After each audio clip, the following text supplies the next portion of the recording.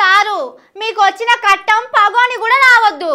అయినా ఎందుకు సారు మీకే ఇట్లా అవుతున్నది? అందరూ మంచిగానే ఉన్నారు, మీకే ఊకే ఇట్లా అవుతున్నది. ఈ వయసులో మీరు ఎంత కట్టబడుతున్నారు, అయినా మిమ్ములనే ఇట్లా చేస్తున్నారు ఎందుకో? మీకు ఎట్లున్నదో కానీ నాకైతే మస్తు బాధ అవుతున్నది. పాపం కాంగ్రెస్ ఎమ్మెల్సీ జీవన్ రెడ్డి సారు పార్టీకి పెద్ద మనిషి అన్న పేరే గాని సారును ఎవ్వరు పట్టించుకుంటలేరు. ఇంత కూడా ఇల్వ ఇస్తలేరట. నన్ను కాదని కారు పార్టీలో గెలిచిన సంజయ్ని ఎట్లా తీసుకున్నారని సారు మస్తు కోపం మీద ఉన్నాడు. ఢిల్లీ దాకా తీసుకుపోయి ఢిల్లీలో రేవంత్ సారు ఇంటికి పిలుచుకొని మాట్లాడినా సారు ఇల్వ మాత్రం మళ్ళా రాలేదంటున్నారు. ఆ ముచ్చట్లు ఈ ముచ్చట్లు చెప్పి సారును ఇంటికి తోలిండట. వచ్చినాక ఇగో ఇట్లయితున్నది. జగిత్యాల కాడ బోనాలు అయితంటే జీవన్ రెడ్డి సారు మనుషులు ఫ్లెక్సీలా కట్టిండ్రు. కొత్తగా వచ్చిన ఎమ్మెల్యే ఉన్నాడు కదా, ఆయన పోట్వా పెట్టలేదట.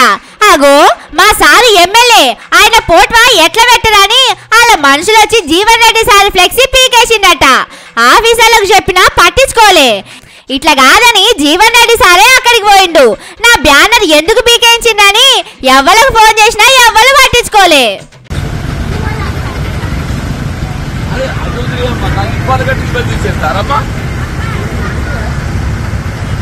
అది ఇవ్వాలి ఇబ్బంది తీసేస్తున్నామని ఇప్పుడు లోపల బొమ్మ ఉన్నది బాగా ఎందుకు తీసేస్తున్నారా అని చెప్పంటే మరి టీపీఎస్ తీసేయమని చెప్పి అంటున్నారు.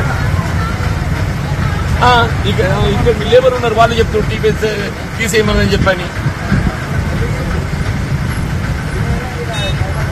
నేను కలెక్టర్ కంప్లైంట్ చేస్తామా ఎంత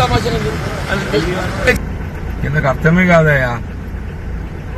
అందుకు బొమ్మ తీసేయండి ఏమైనా పనికి రానోడు ఉంటే.